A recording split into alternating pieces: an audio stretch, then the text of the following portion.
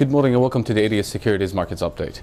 The US dollar sold off across the board at the end of the US session yesterday and during the Asian session today as well, due to the disappointing economic releases since the beginning of the week. But yesterday's data eased the speculations for a sooner rate hike by the Federal Reserve. First of all, the Empire State Manufacturing Index unexpectedly declined toward minus 1.2 in April, down from 6.9 in March, despite the fact that the estimates pointed to a rise or to rise further towards 7.2, and this is also the weakest reading since December of last year. Moreover, the employment index eased back again toward the lowest level since December, declining toward 9.57, down from almost 20. And this is also, in addition to that, the new orders also posted the second monthly decline in a row, declining by minus 6, down from minus 4. And this is also which is not seen since, or we've never seen a 2 monthly decline in a row since 2012, and declining toward, again, as I said, minus 6. And this is the lowest reading since January of 2013. The industrial production, in addition to that, fell beyond the market estimates, declining by 0.6% in March after rising by 0.1% in February, while it had been anticipated to decline by 0.3% only, and this is the biggest monthly decline since August of 2012. The capacity utilization rate also eased back towards 78.4 in March, comparing to 79% in February, and this is again the lowest reading since January of 2014.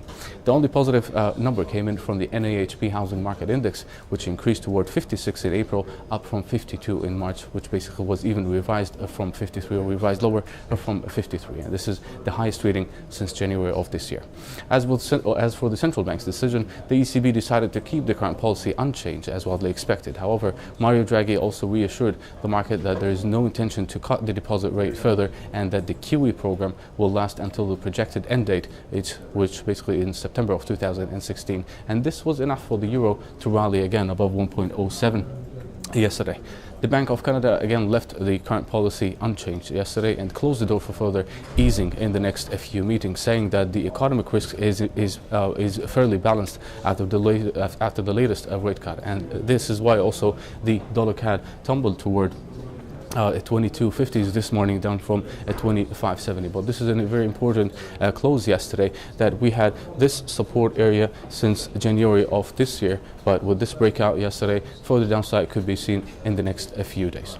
The crude oil, the U.S. crude oil, or the West Texas crude oil, also spiked up to as high as 56.50 during the U.S. session, after the U.S. crude oil inventories increased less than expected by 1.3 million barrels only, while the estimates were to rise by 3.5 million. In addition to that, the U.S. dollar also, or the U.S. dollar sell-off played a role in this current rally.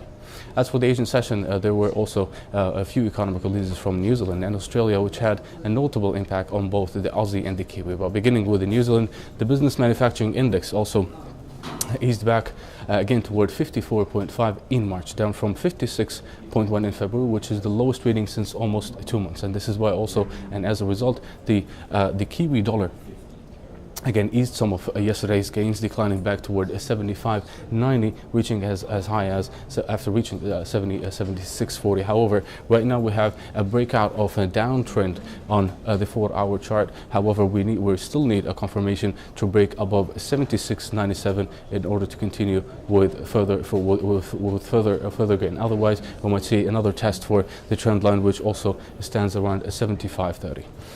In Australia, the jobs report also came in much better than expected, and the economy added more than 37.7 in new jobs in March, comparing to 42,000 in new jobs in February, while the estimates were to add around 14.9 thousand new jobs only. In addition to that, or moreover, the unemployment rate ticked lower, or not unexpectedly ticked lower, towards 6.1 in March, and February's reading has been revised even lower, towards 6.2, down from 6.3, and this is the lowest reading since December of last year. And as a result, the Aussie advanced further, reaching as high as 0.7780, which represents its 61.8% retracement from the latest decline from March highs until the beginning of April lows, which basically the one that we mentioned in our previous report. In the meantime, and as far as this level holds, which again at 77.84 or 77.80, the outlook remains bearish and remains unchanged. As for the European session ahead, there are only 2 economic releases from Switzerland and Italy, which may have a slight impact on the markets only.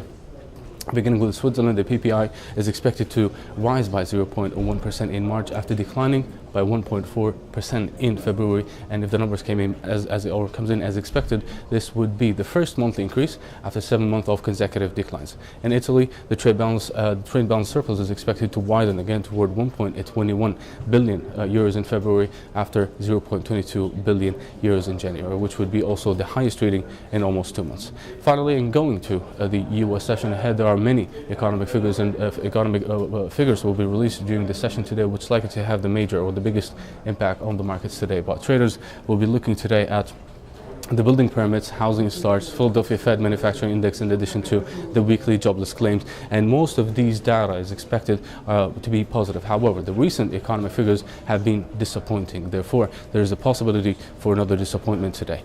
As we noted before, the US dollar trend is not clear for this week, given the fact for the latest economic releases which came in or which suggest that the Federal Reserve may pause any rate hike in the next few minutes. Therefore, we believe that the dollar will continue to trade within a choppy range throughout the week.